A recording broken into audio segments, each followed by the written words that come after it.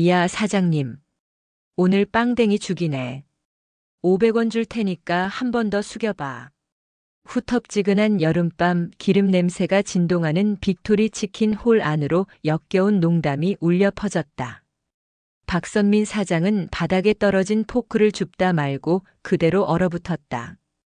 땀과 기름때가 번들거리는 전투복 차림의 사내, 말년 병장 황태석이었다. 황 병장님, 장난이 좀 심하시네요. 선민이 애써 미소를 지으며 일어섰다. 40줄에 들어선 그녀는 나이보다 앳된 얼굴이었지만 피곤함이 짙게 배어 있었다. 장난? 이게 장난으로 보여. 황태석이 낄낄거리며 옆에 앉은 쫄병의 뒤통수를 후려쳤다. 야, 김이병. 장난 같냐? 사장님 몸매가 예술이잖아. 안 그래? 그렇습니다. 크하. 꺼봐. 황태석은 이 구역의 왕이었다. 포천시 유력 인사의 아들이라는 소문이 파다했고 간부들조차 그를 건드리지 못했다. 혼자 가게를 운영하는 만만한 여사장 박선미는 그의 완벽한 먹잇감이었다. 황 병장님, 치킨 나왔습니다. 오늘은 이만. 아, 시끄럽고. 황태석이 테이블을 손바닥으로 내리쳤다. 빈 맥주병이 위태롭게 흔들렸다. 야, 박 사장. 여기가 다방이야? 군인 오빠들 왔는데 커피도 안 타와? 미스 박이라고 불러줘? 선민의 입술이 바싹 말랐다. 다른 테이블에 앉은 신병들은 애써 시선을 피하며 닭만 뜯고 있었다. 저기, 커피는 저희가 따로 팔지를 않아서. 아, 진짜 융통성 없네. 황태석이 자리에서 벌떡 일어났다. 그가 선민의 어깨를 거칠게 밀쳤다.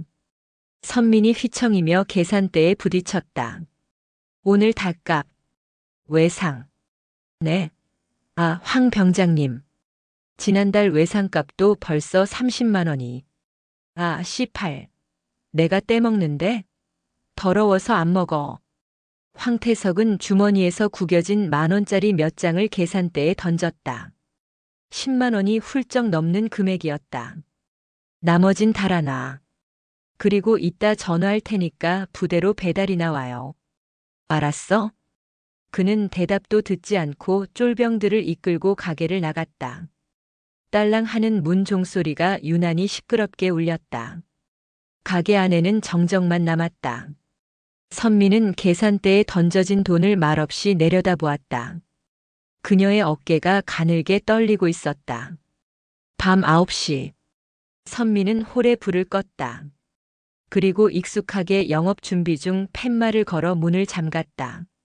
하지만 그녀의 일은 끝나지 않았다. 그녀는 주방 안쪽 아무도 모르는 작은 쪽문으로 향했다. 그곳에는 간판도 없는 작은 뒷방이 있었다. 그녀는 휴대폰을 꺼내 시간을 확인했다. 그리고 저장되지 않은 번호로 짧은 문자를 보냈다. 황 병장 일행. 오늘 차 성희롱 및 협박건 영상 확보. 답장은 금방 왔다. 누나. 고생했어. 디데이 3. 조금만 참아. 선미는 문자를 삭제하고 심호흡을 했다. 진짜 손님들은 지금부터였다. 밤 10시. 뒷문에 정해진 암호 같은 노크 소리가 들렸다. 똑, 똑, 똑똑똑. 문을 열자 독한 술 냄새와 함께 사복 차림의 사내 2명이 들어섰다. 부대의 실세인 김팔봉 소령과 그의 수족인 최민국 대위였다. 그들은 무단 외박 중이었다. 아이고 사장님. 준비 다 됐죠? 최 대위가 기름진 손으로 선민의 어깨를 툭툭 쳤다. 네. 준비해뒀습니다. 선민이 고개를 숙였다. 뒷방에는 이미 술상이 차려져 있었다. 황 병장 같은 하급 병사들의 갑질과는 차원이 다른 더럽고 은밀한 냄새가 방 안에 진동했다. 오늘 동생들 오기로 했죠? 깔끔하게 노는 거니까 걱정 말고. 김소령이 음흉하게 웃으며 돈다발을 선민의 앞치마 주머니에 찔러 넣었다. TV라기엔 과하고 뇌물이라기엔 노골적이었다. 사장님도 먹고 살아야지. 우린 사장님 믿어. 입 무거운 거 하나 보고 오는 거니까. 바로 그때 뒷문이 다시 열렸다. 짙은 화장을 한 젊은 여자 2명이 깨르르 웃으며 들어왔다. 포천 시내의 룸살롱에서 막 넘어온 여자들이었다. 어머 오빠들. 닭 냄새 뭐야? 하. 우리 민지 왔어? 이리 와. 방 안은 순식간에 난장판이 되었다. 김소령은 선민을 쳐다보며 턱짓했다. 사장님은 이제 나가봐요. 여긴 어른들 노는 데니까. 닭이나 식지 않게 계속 대령하고. 선민은 90도로 허리를 숙이고 뒷방을 나왔다. 문이 닫히자마자 역겨운 웃음소리가 새어나왔다. 선민은 주방 조리대 밑에 숨겨둔 작은 모니터를 켰다. 뒷방 천장에 설치된 초소형 카메라가 보내오는 영상이었다. 그녀의 눈이 차갑게 빛나기 시작했다. 뒷방의 온도는 광란에 가까워지고 있었다. 술병이 비워지고 고성이 오갔다. 박선미는 닭을 튀기는 척하며 모니터에서 눈을 떼지 않았다. 모든 것이 녹화되고 있었다. 아, 오빠. 진짜 대위 맞아? 맨날 훈련만 뛰는 거 아니야? 룸살롱에서 온 민지라는 여자가 최민국 대위의 허벅지를 쓰다듬으며 교태를 부렸다. 술에 취한 최 대위의 얼굴이 벌개졌다. 뭐? 훈련? 야야. 내가 누군지 알아? 이 최 대위가 이 부대 작전을 다 짠다고. 에이, 거짓말. 그럼 다음 주에 뭐 하는지 말해봐. 하. 이거 봐라. 최 대위가 의기양양하게 웃었다. 옆에 있던 김팔봉 소령이 곁눈질로 최 대위를 말렸다. 야, 최 대위. 입 조심해. 아무리 그래도. 아이 형님. 괜찮습니다. 사장님도 우리 편이고 얘네가 뭘 알겠습니까? 최 대위는 민지의 어깨를 끌어안고 속삭였다. 모니터의 고성능 마이크가 그 목소리를 놓치지 않았다. 잘 들어. 다음 주에 신임 사단장 온다고 맹호 기동 훈련하는 거 알지? 그거 다 쇼야, 쇼. 어머 진짜? 언론에는 어코스로 간다고 흘렸는데 그거 다 뻥이라고. 실제 기동 경로는 B3코스야. 험준에서 아무도 예상 못하는 곳이지. 거기 매복 훈련이 진짜라고. 이거 2급 기밀이야, 2급. 내가 다 짰어. 선민의 손이 멈칫했다. 단순한 군 기강 문란이 아니었다. 이건 명백한 군사 기밀 유출이었다. 그녀는 떨리는 손으로 녹화 버튼을 다시 한번 확인했다. 그때였다. 철컥. 뒷방 문이 갑자기 열렸다. 술에 취한 최 대위가 비틀거리며 화장실을 가려고 나온 것이다. 그는 주방에서 모니터를 등지고 굳어버린 선민과 마주쳤다. 사장님. 아직 안 주무셨네? 최 대위의 풀린 눈이 순간 날카로워졌다. 뭐해요? 지금. 우리 얘기 엿들었어? 심장이 바닥으로 떨어지는 것 같았다. 선미는 재빨리 모니터를 껐다. 아, 아닙니다. 재료 주문하고 있었습니다. 내일 쓸 닭이 모자라서요. 선미는 애써 태어난 척 웃었다. 최 대위는 의심스러운 눈초리로 선민의 얼굴과 주방을 훑어보았다. 몇 초가 영원처럼 흘렀다. 그래. 최 대위가 입맛을 쩝 다시며 비웃었다. 하긴. 닭이나 튀기는 아줌마가 뭘 알겠어. 그죠? 우리끼리 노는데 방해하지 말고 술이나 더 가져와요. 최 대위는 휘청거리며 화장실로 향했다. 선미는 조리대에 기대어 간신히 숨을 몰아쉬었다. 방금 전 그녀는 지옥의 문턱까지 다녀왔다. 그녀는 휴대폰을 꺼내 다시 문자를 보냈다. 이번에는 망설임이 없었다. 기밀 유출. 맹호 훈련 B3코스. 녹취 확보. 답장이 왔다. 디데이. 누나. 내일부턴 내가 움직여. 디데이. 박선미는 동생의 문자를 보고 계획대로 움직이기로 했다. 부패의 정도를 확인하기 위한 마지막 시험이었다. 그녀는 아침 일찍 가게 전화를 들고 독사 사단 헌병대군 사경찰 사무실로 전화를 걸었다. 저기, 빅토리 치킨 사장인데요. 어제 황태석 병장 일행이 와서 기물을 파손하고 그녀는 어젯밤 황 병장의 만행을 최대한 침착하게 설명했다. 전화를 받은 헌병대 행정관상사의 목소리는 귀찮음으로 가득했다. 아, 사장님. 또 황 병장입니까? 네. 또라니요? 걔 때문에 민원 들어온 게 한두 번이 아니라서요. 근데 사장님, 걔 빽이 누군지 아세요? 걔 아버지가 저기 포천시장님이랑 형님 동생 하는 사이입니다. 행정관이 한숨을 내쉬었다. 똥은 피하는 게 상책입니다. 우리가 뭘 어떡합니까? 말년이라 곧 전역할 텐데 그냥 조금만 참으시죠. 네. 딸깍. 전화가 끊겼다. 이것이 이 부대의 현주소였다. 신고는 묵살되었고 부패는 시스템이 되어버렸다. 그리고 예상대로 보복은 즉시 찾아왔다. 오후 2시 가게 문이 부서져라 열렸다. 황태석이었다. 어제와 달리 그는 혼자였다. 그리고 그의 눈은 분노로 이글거리고 있었다. 야, 박 사장. 그의 목소리는 얼음장처럼 차가웠다. 내가 날 찔렀냐? 이 미친 여편네가 간땡이가 부었네. 황 병장님. 그게 무슨. 닥쳐. 황태석은 선민의 멱살을 잡고 계산대로 밀어붙였다. 내가 경고했지. 나 건들지 말라고. 근데 감히 헌병대에 전화를 해? 그는 계산대 위에 놓인 외상장부를 발견했다. 그 안에는 황태석의 이름이 수십 줄 빼곡히 적혀 있었다. 외상? 그래. 갚아야지. 근데 내가 아니라 내가 갚아야겠다. 황태석은 외상장부를 통째로 집어들었다. 그리고 망설임 없이 펄펄 끓고 있는 닭튀김기 속으로 장부를 쳐넣었다. 치익. 종이가 타들어가는 끔찍한 소리와 함께 검은 연기가 피어올랐다.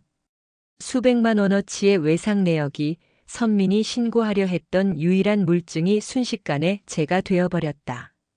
증거 있어? 증거 있냐고 이 쌍년아. 황태석은 미친놈처럼 웃으며 주방을 뒤엎기 시작했다. 밀가루 포대가 터지고 양념통이 바닥에 나뒹굴었다. 가게는 순식간에 아수라장이 되었다. 이래도 장사할래? 내가 너 여기서 장사 못하게 만들어줄게. 그는 선민을 바닥으로 밀치고 가게를 나갔다. 선민은 밀가루와 양념 범벅이 된 채 바닥에 주저앉았다. 모든 것이 끝난 것 같았다. 그때 주머니 속 휴대폰이 진동했다. 발신자는 김팔봉 소령이었다. 사장님, 내일 그분 오시는 날. 우리 전야제 해야지. 저녁 10시. 동생들 싹 불러서 가게 깨끗하게 치워놔요. 어제처럼. 선미는 난장판이 된 가게를 둘러보았다. 끓는 기름 속에서 마지막 재가 타오르고 있었다. 그리고 김소령의 문자를 보았다. 그녀의 입가에 웃음이 번졌다. 눈물은 나지 않았다. 대신 마른 웃음소리가 새어나왔다. 그래. 치워야지. 그녀가 중얼거렸다. 아주 깨끗하게. 싹 다. 선미는 천천히 몸을 일으켰다. 그리고 동생에게 생애 가장 짧은 문자를 보냈다. 디데이. 작전명 빅토리. 준비 완료. 디데이. 경기도 포천시 이동면 독사 사단의 하늘은 유난히 맑았다. 부대의 모든 것이 반짝였다. 물론 며칠 밤낮으로 병사들이 쓸고 닦은 덕이었다. 연병장 구석의 잡초는 모조리 뽑혔고 바위는 검은색 유성 페인트로 칠해져 위엄을 더했다. 사단 사령부 대강당. 신임 사단장 박진우 소장의 취임식이 거행되고 있었다. 이에 본인은 독사 사단의 빛나는 전통을 이어받아 적과 싸워 반드시 승리하는 부대, 국민에게 신뢰받는 부대를 만들기 위해 박진우 소장은 단상 위에서 흔들림 없는 목소리로 취임사를 읽어내려갔다. 그는 40 중반을 갓 넘긴 나이에도 불구하고 날카로운 눈매와 굳게 닫힌 입술로 좌중을 압도했다. 그에게서는 웃음기나 관료적인 타성을 찾아볼 수 없었다. 그저 차갑고 날카로운 강철 같은 의지만이 느껴졌다. 그 모습을 대강당 넷째 줄에서 지켜보던 김팔봉 소령의 이마에 식은땀이 맺혔다. 독종이 왔군. 그는 옆자리에 뻣뻣하게 굳어있는 최민국 대위를 팔꿈치로 툭 쳤다. 정신 차려. 저런 양반일수록 처신상이 중요해. 김소령은 취임식이 끝나자마자 신임 사단장에게 달려가 우렁찬 목소리로 경례를 붙였다. 충성. 제55대대 작전부관 김팔봉 소령입니다. 사단장님의 부임을 진심으로 환영합니다. 박진우 소장은 김소령을 잠시 바라보았다. 그의 시선은 마치 엑스레이처럼 김소령의 속을 꿰뚫는 듯 했다. 김소령. 반갑군. 사단장님, 오늘 저녁 부대 현황 보고 준비되어 있습니다.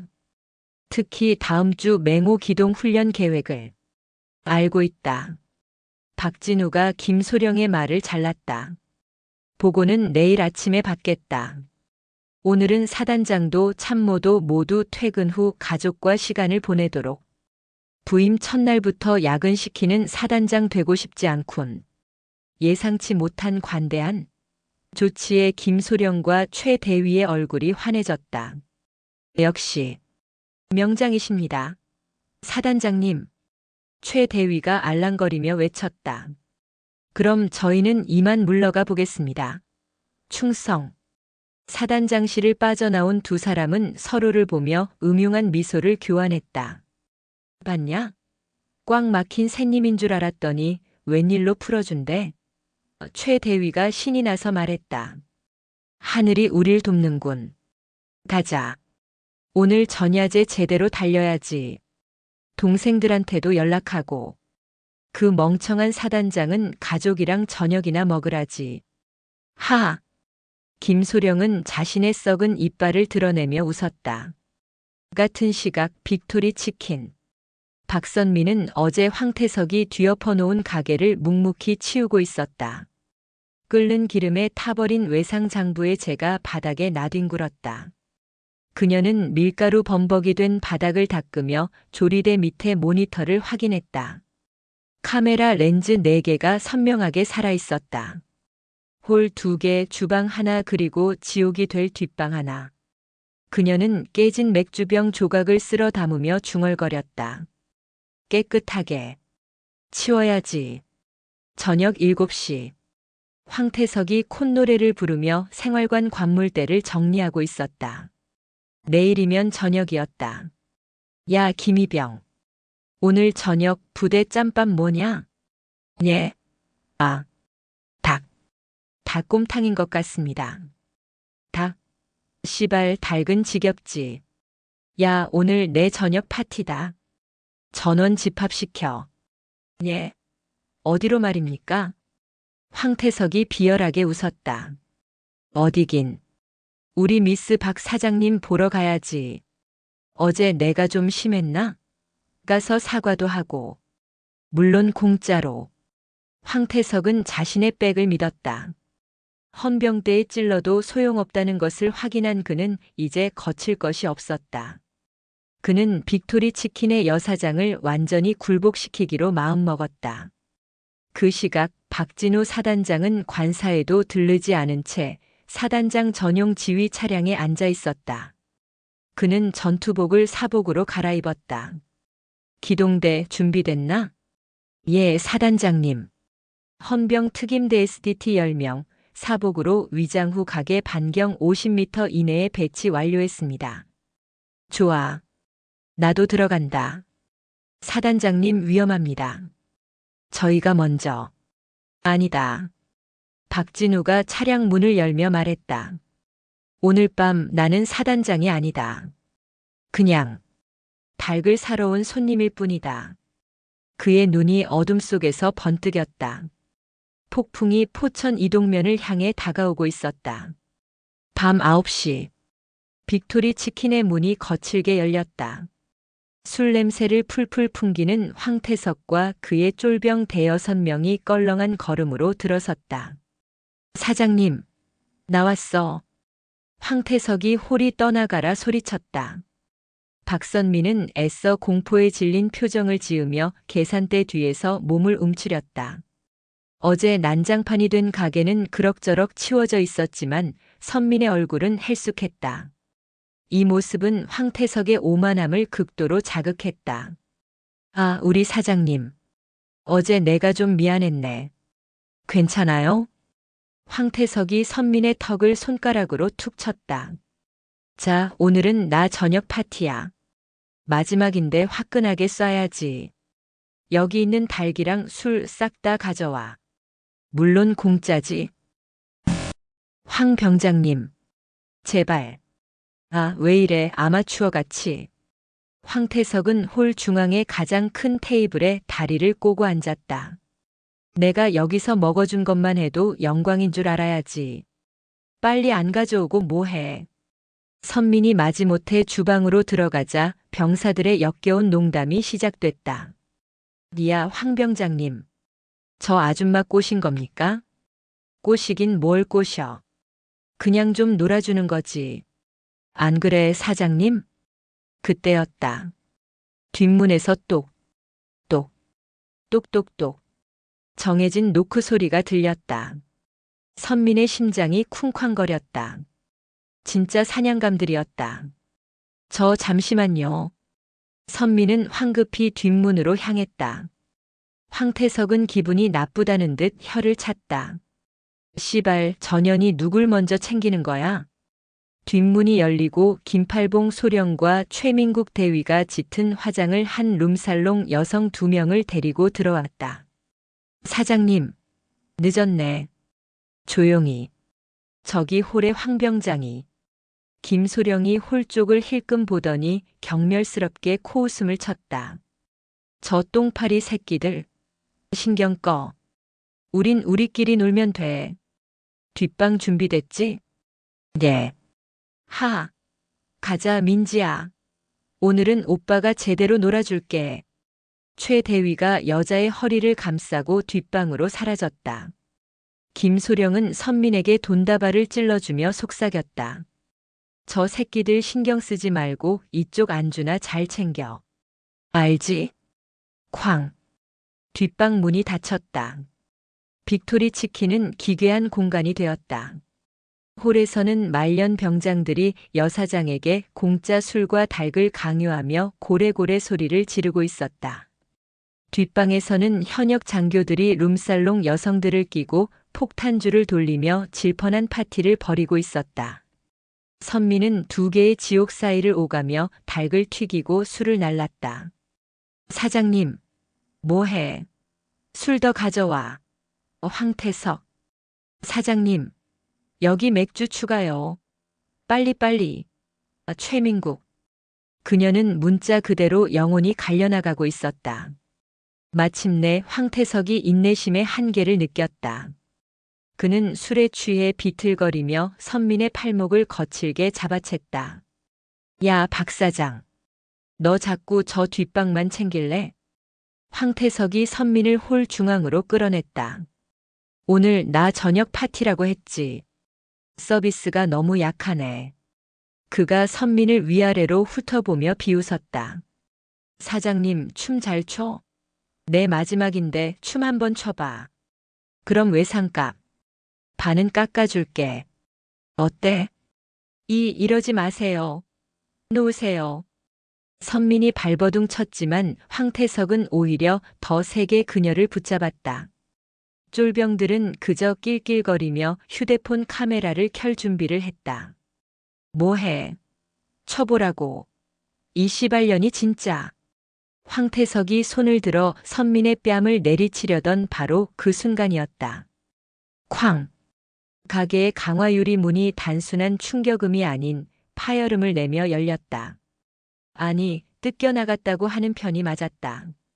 가장 먼저 쏟아져 들어온 것은 검은색 특수 전투복과 방탄 헬멧, 자동 소총으로 무장한 헌병 특임대 SDT 대원들이었다.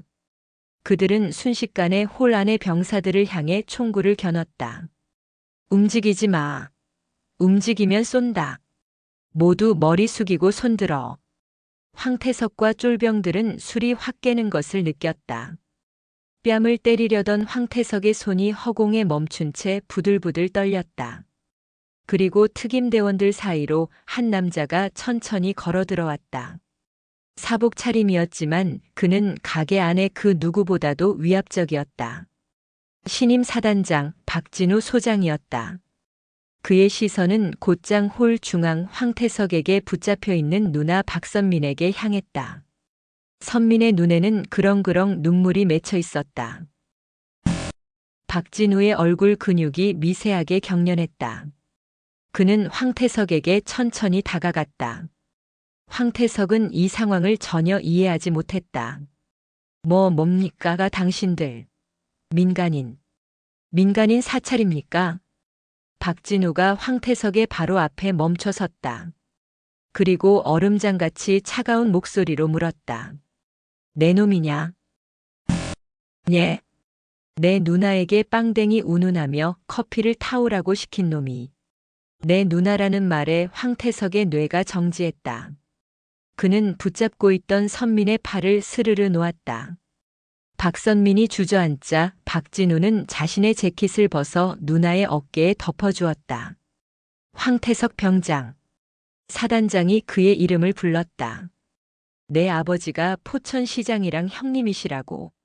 그래서 헌병대에 찔러도 소용없다고 했나? 황태석의 동공이 지진이라도 난 듯 흔들렸다. 살려. 사단. 장님? 늦었어.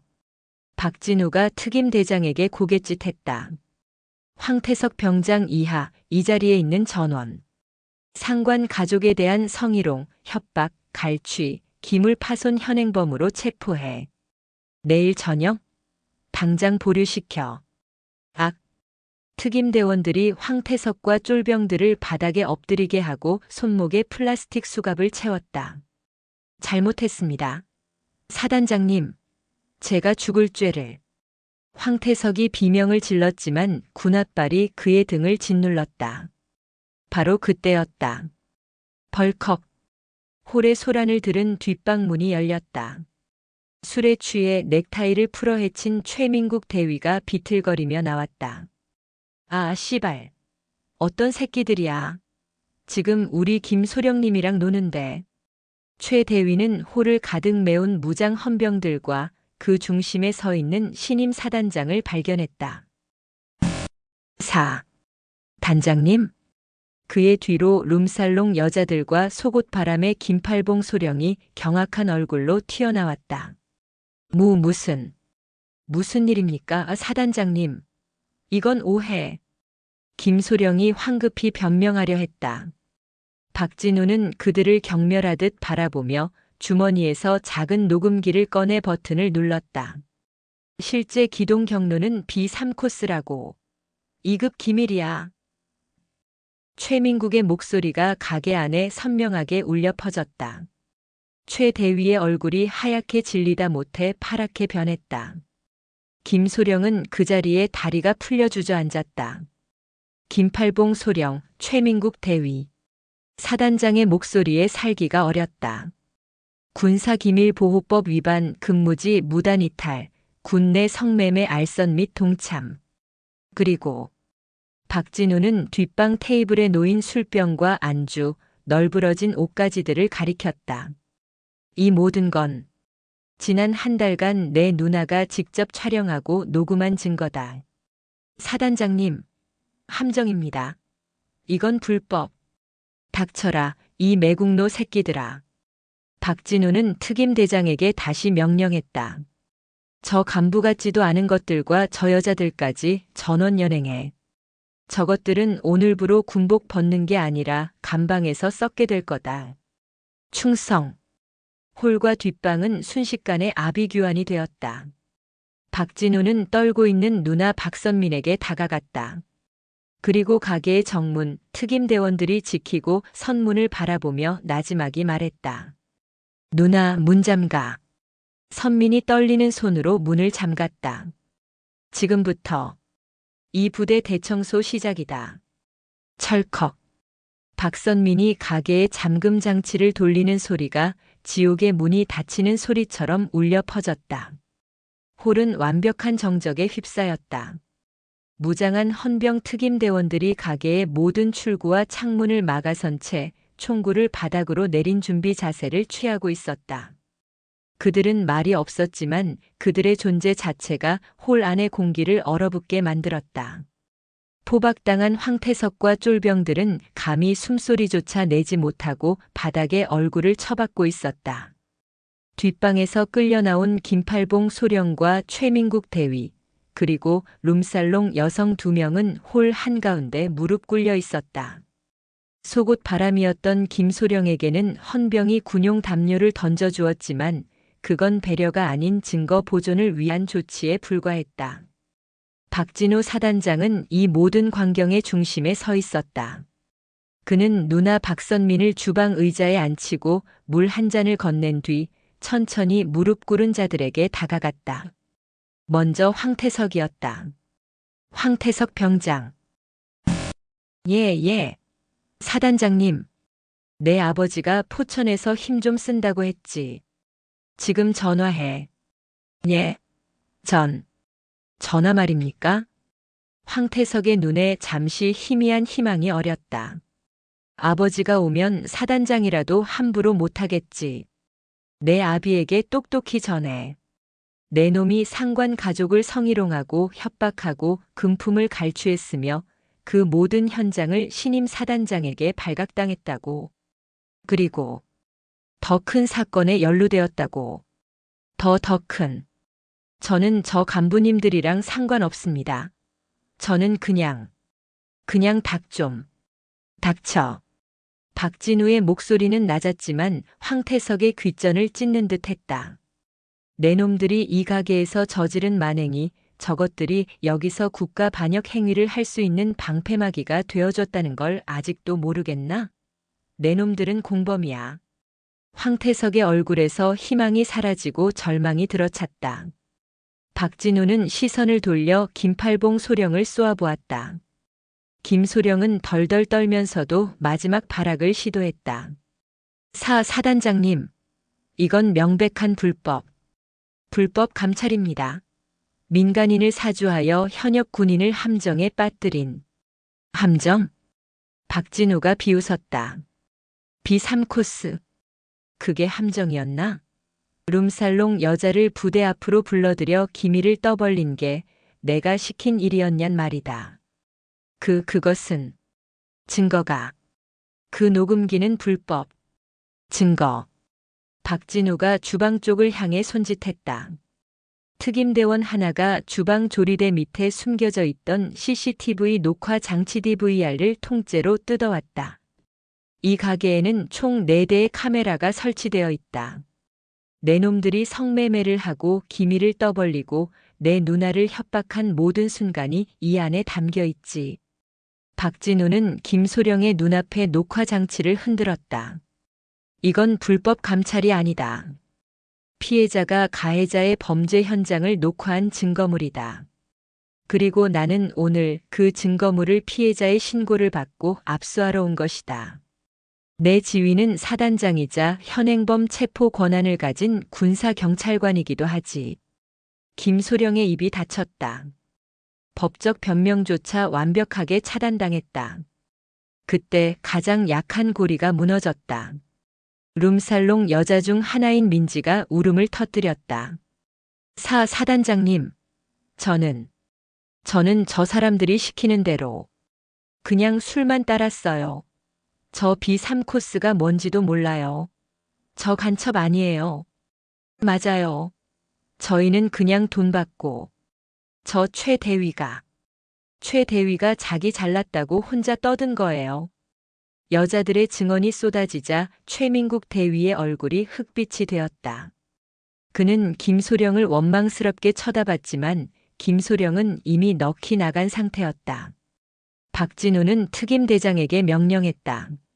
지금 즉시 사단 헌병대 본부와 기무부 대방첩 사령부 파견대에 연락해.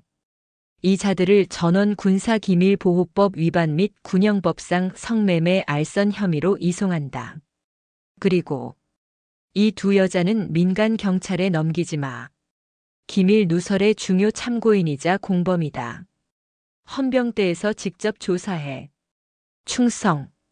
닫힌 문 안에서 독사 사단의 가장 썩어 문드러진 부위가 그렇게 도려내지고 있었다.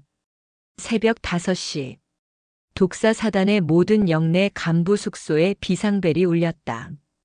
전 간부 및 지휘관 5시 30분부로 사령부 대강당으로 즉각 집합. 복장 전투복. 반복한다. 전 간부.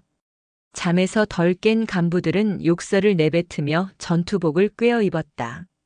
신임 사단장이 또 쇼를 한다. 부임 첫날부터 뺑이치게 하네라며 투덜거렸다. 그들 중에는 어젯밤 빅토리 치킨에서 벌어진 일을 까맣게 모르는 이들도 있었다. 물론 헌병대 행정관처럼 어렴풋이 무언가 터졌음을 직감한 이들도 있었다. 5시 30분. 대강당은 수백 명의 간부들로 가득 찼다.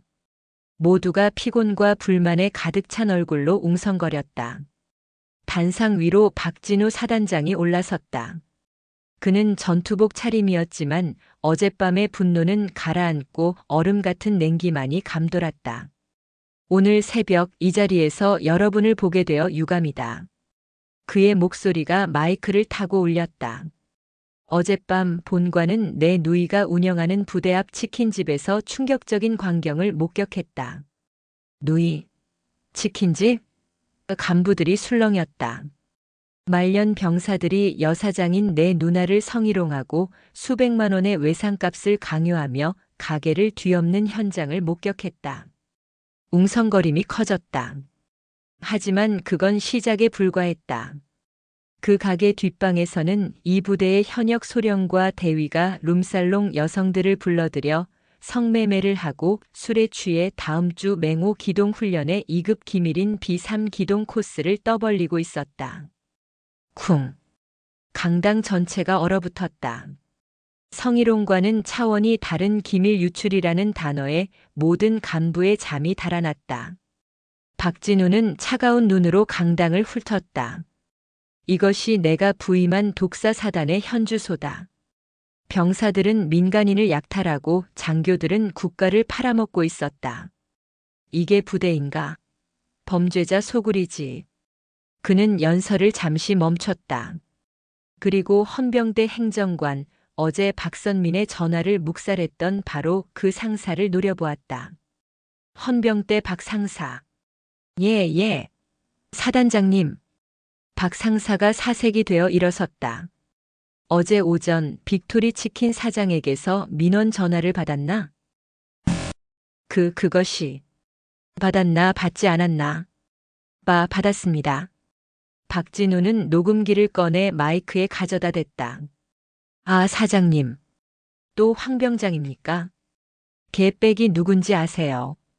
똥은 피하는 게 상책입니다. 그냥 조금만 참으시죠. 네. 강당 전체에 박 상사의 목소리가 울려 퍼졌다. 그는 그 자리에서 무너져 내렸다. 똥은 피하는 게 상책이라고. 박진우가 그를 향해 걸어갔다. 내 놈이 피한 건 똥이 아니라 내 놈의 직무였다. 내 놈이 묵살한 그 민원 전화가 국가 안보가 무너지는 것을 막을 마지막 기회였다. 내 놈 같은 놈이 헌병 완장을 차고 있으니 부대가 이 모양 이 꼴이 된 것이다. 살려주십시오. 지금 즉시 저자의 완장을 뜯고 보직 해임해. 직무유기 및 범죄 방조 혐의로 징계위원회에 회부한다. 헌병대원들이 달려와 박 상사를 끌어냈다. 그는 비명을 질렀지만 강당 안의 그 누구도 그를 위해 변명하지 못했다. 공포가 전염되고 있었다. 박진우가 다시 단상으로 돌아왔다. 지금 이 시간부로 독사 사단 전 부대에 대청소를 명한다. 하나. 사단 전 장병 및 간부들의 외출, 외박, 휴가를 전면 통제한다. 황태석 병장의 전역은 당연히 보류한다. 둘. 기무부대와 협조하여 어젯밤 체포된 김소령, 최 대위와 연관된 모든 간부들에 대한 전수조사에 착수한다. 셋. 각 부대 지휘관들은 지금 즉시 복귀하여 부대 내 모든 부조리 및 갑질 사례, 군 기강 문란 사례를 전수조사하여 오늘 18시까지 본관에게 직접 보고한다. 축소, 은폐 시에는 지휘관부터 군복을 벗길 것이다. 그의 마지막 말은 선전포고였다. 나는 내 부하가 국가를 팔아먹는 것을 용납할 생각이 없다. 썩은 뿌리는 모조리 뽑아낼 것이다. 의상, 해산. 간부들은 마치 장례식장을 빠져나가는 사람들처럼 무겁고 공포에 질린 얼굴로 강당을 빠져나갔다. 독사 사단의 지옥 같은 하루가 이제 막 시작되고 있었다. 대청소 명령이 떨어진 지 사흘째. 독사 사단은 말 그대로 뒤집혔다. 황태석 병장은 미결수복을 입은 채 헌병대 영창에 수감되었다. 그는 여전히 현실을 부정했지만 매일같이 진행되는 강도 높은 조사에 정신이 피폐해져 갔다. 김팔봉 소령과 최민국 대위는 사단 헌병대가 아닌 국군방첩사령부구 기무사본부로 압송되었다. 그들의 혐의는 단순한 군 기강 문란이 아닌 군사기밀보호법 위반 및 간첩죄에 준하는 이적 행위로 격상되었다. 훈련 기밀을 룸살롱 여자에게 흘린 것이 단순한 과시욕이 아니라 상습적인 유출이었을 가능성이 제기되었기 때문이다. 그리고 마침내 아버지들이 움직였다. 가장 먼저 사단장실을 찾아온 것은 황태석 병장의 아버지, 포천 지역의 유력 인사로 통하는 건설사 대표 황인철이었다. 그는 값비싼 양복 차림으로 마치 박진우 사단장과 단판을 지으러 온 사람처럼 거만했다. 사단장님, 반갑습니다. 포천 토박이 황인철입니다. 그는 박진우가 권하는 차도 마다하고 본론으로 들어갔다. 우리 아들 태석이 말입니다. 내일 모레 저녁인데 젊은 혈기에 실수 좀 한 것 가지고 너무 과하신 것 아닙니까? 박진우는 서류에서 눈을 떼지 않고 대답했다. 황 선생, 실수라고 하셨소? 그럼 실수지. 닭값 좀 외상한 거? 여자 사장한테 농담 좀 한 거? 그게 군사재판까지 갈 일입니까? 사단장님도 젊었을 때. 황 선생.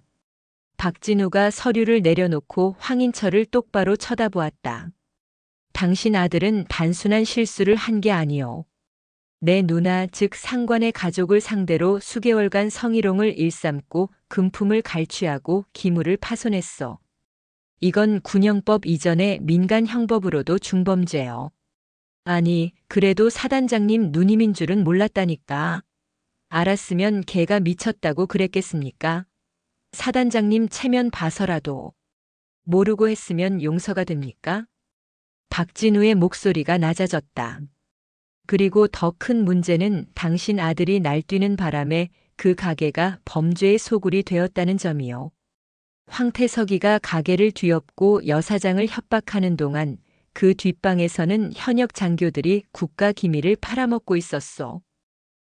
그게 우리 태석이랑 무슨 상관이 왜 없소? 박진우가 책상을 내리쳤다. 당신 아들이라는 놈이 나는 빽이 있어서 헌병대도 못 건드린다고 떠들고 다니는 바람에 그 가게가 치외법권 지역이 된 거요.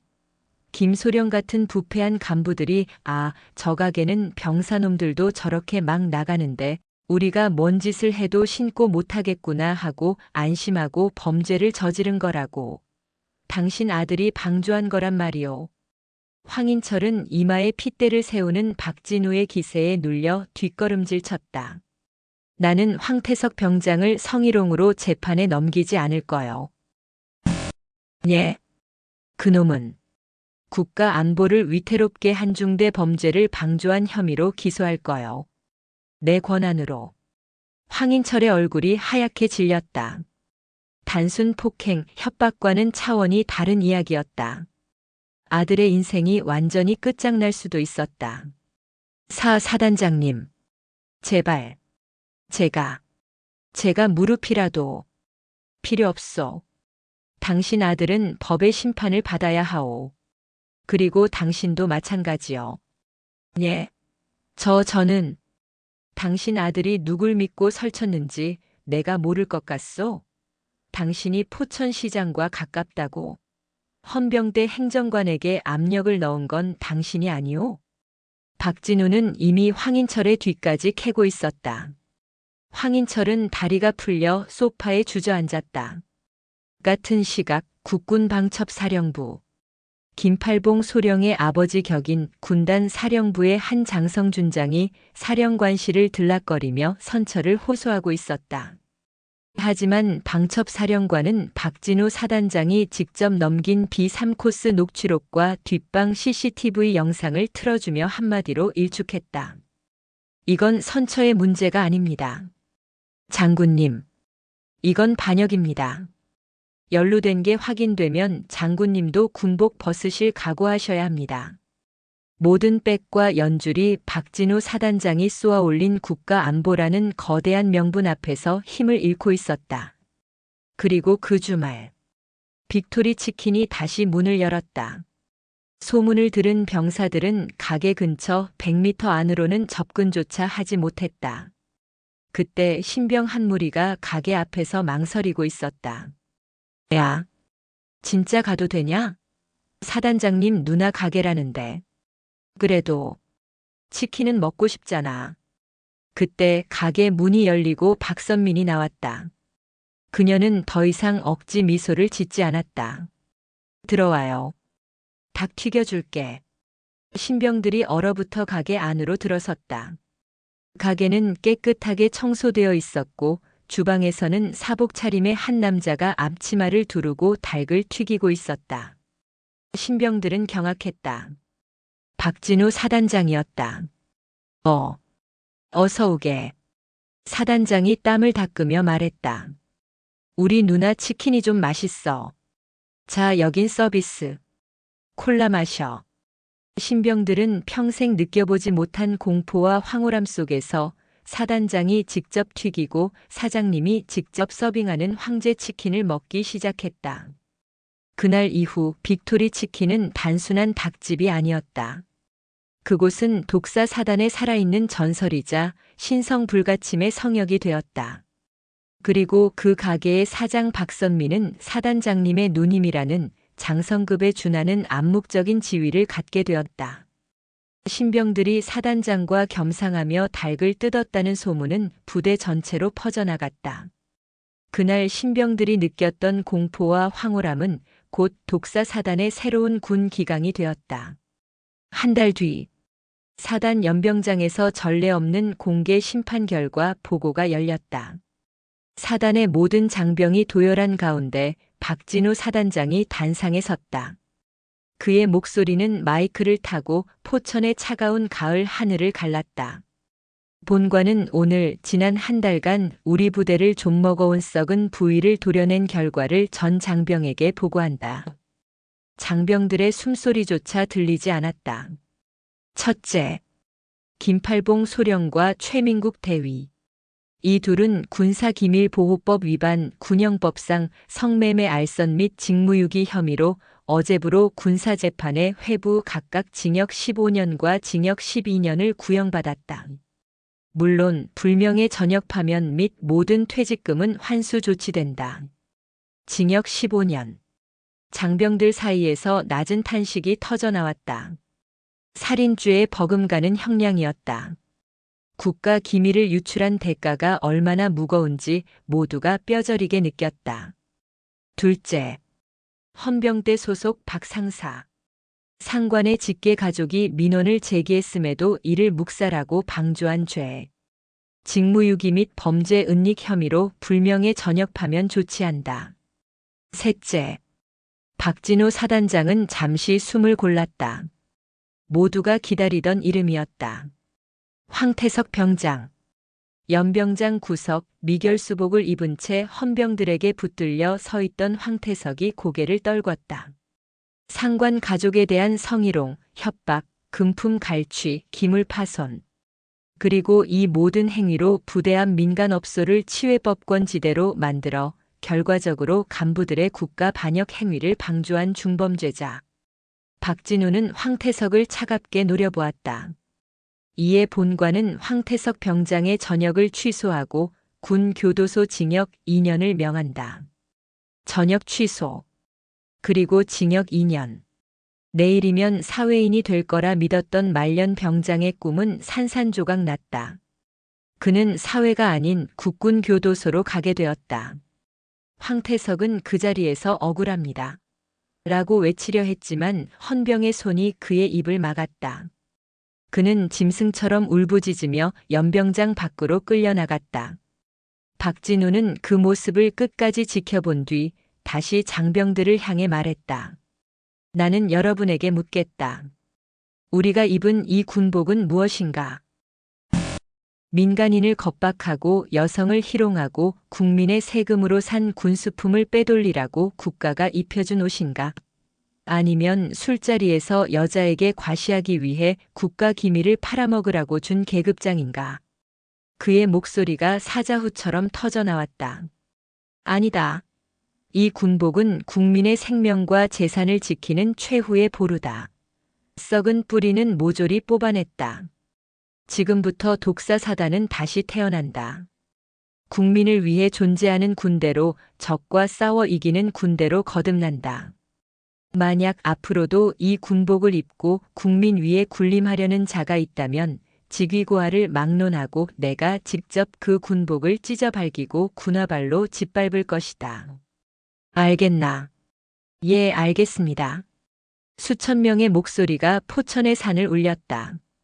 대청소는 끝났고 새로운 질서가 세워졌다. 그날 저녁 빅토리 치킨은 그 어느 때보다 붐볐다. 하지만 시끄럽거나 문란하지 않았다. 모든 병사는 가게 문을 열기 전 입구에서 스스로 복장을 가다듬었다. 사장님, 치킨 한 마리 포장. 해주실 수 있겠습니까? 우렁차고 깍듯한 극존칭이 가게 안을 가득 메웠다. 박선미는 더 이상 기름에 전 미소를 짓지 않았다. 그녀는 진심으로 행복하게 웃으며 대답했다. 그럼요. 맛있게 튀겨드릴게요. 오늘 고생 많았죠? 여기 감자튀김은 서비스. 병사들은 황송한 표정으로 서비스를 받았다. 그들에게 이곳은 단순한 닭집이 아니었다. 밤이 깊어 가게 문을 닫을 시간. 마지막 손님들이 떠난 홀을 정리하는 박선민의 곁으로 사복 차림의 박진우가 다가왔다. 그는 묵묵히 빈 맥주병을 날랐다. 진우야.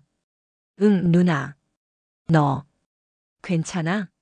오늘 연설하는 거 보니까 아주 그냥 부대 전체를 적으로 돌린 것 같던데.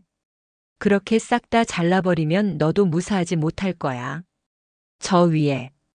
쟤들 봐주던 높은 사람들 많다며. 박선민이 걱정스러운 눈으로 동생을 바라보았다. 박진우는 마지막 의자를 정리해 테이블에 올리고 나서야 누나를 마주보았다. 그의 얼굴에는 분노나 냉기 대신 피곤하지만 따뜻한 미소가 걸려 있었다. 누나. 그가 말했다. 썩은 가지 몇 개 잘라냈다고 나무가 죽진 않아. 오히려 더 튼튼하게 자라지. 그리고 썩은 연줄로 유지되는 군대는 군대가 아니야. 그건 그냥 범죄 집단이지. 그는 앞치마를 풀며 말을 이었다. 나는 내 부하가 미스 박이니 빵댕이니 하는 소리를 짓거리는 걸 용납할 수 없고 내 누나가 깡패 같은 놈들한테 멱살 잡히는 걸 보고만 있을 생각 없어. 그게 사단장이든 동생이든. 박선민의 눈시울이 붉어졌다. 무서운 놈. 하. 무섭긴. 나 닭 튀기는 거 좋아하는 거 몰랐어? 두 남매는 마주보며 웃었다. 몇 달 뒤. 새로운 신병들이 독사 사단 위병소를 통과했다. 잔뜩 겁에 질린 그들을 인솔하던 김상병 몇 달 전 사단장과 겸상했던 그 신병들을 세웠다. 자, 이제부터 여기가 너희 집이다. 훈련 빡세니까 각오 단단히 하고. 다른 건 다 필요 없고 2가지만 기억해라. 김상병이 부대 정문 너머 환하게 불이 켜진 상가 쪽을 턱짓으로 가리켰다. 빅토리 치킨 간판이 유난히 밝게 빛나고 있었다. 첫째, 훈련은 죽을 힘을 다해 받는다. 둘째, 저 닭집 보이지? 신병들의 고개가 일제히 돌아갔다. 저긴 그냥 닭집이 아니다. 김상병이 경건한 목소리로 말했다. 저곳은 사단장님의 옥좌시다. 감히 저곳을 향해 욕을 하거나 무례를 범해선 안 된다. 알겠나? 신병들은 영문도 모른 채 전설을 듣는 표정으로 침을 삼켰다. 포천의 밤하늘 아래 굳건하게 자리를 지킨 군부대와 그보다 더 굳건하게 그 앞을 지키는 작은 치킨집이 평화롭게 빛나고 있었다.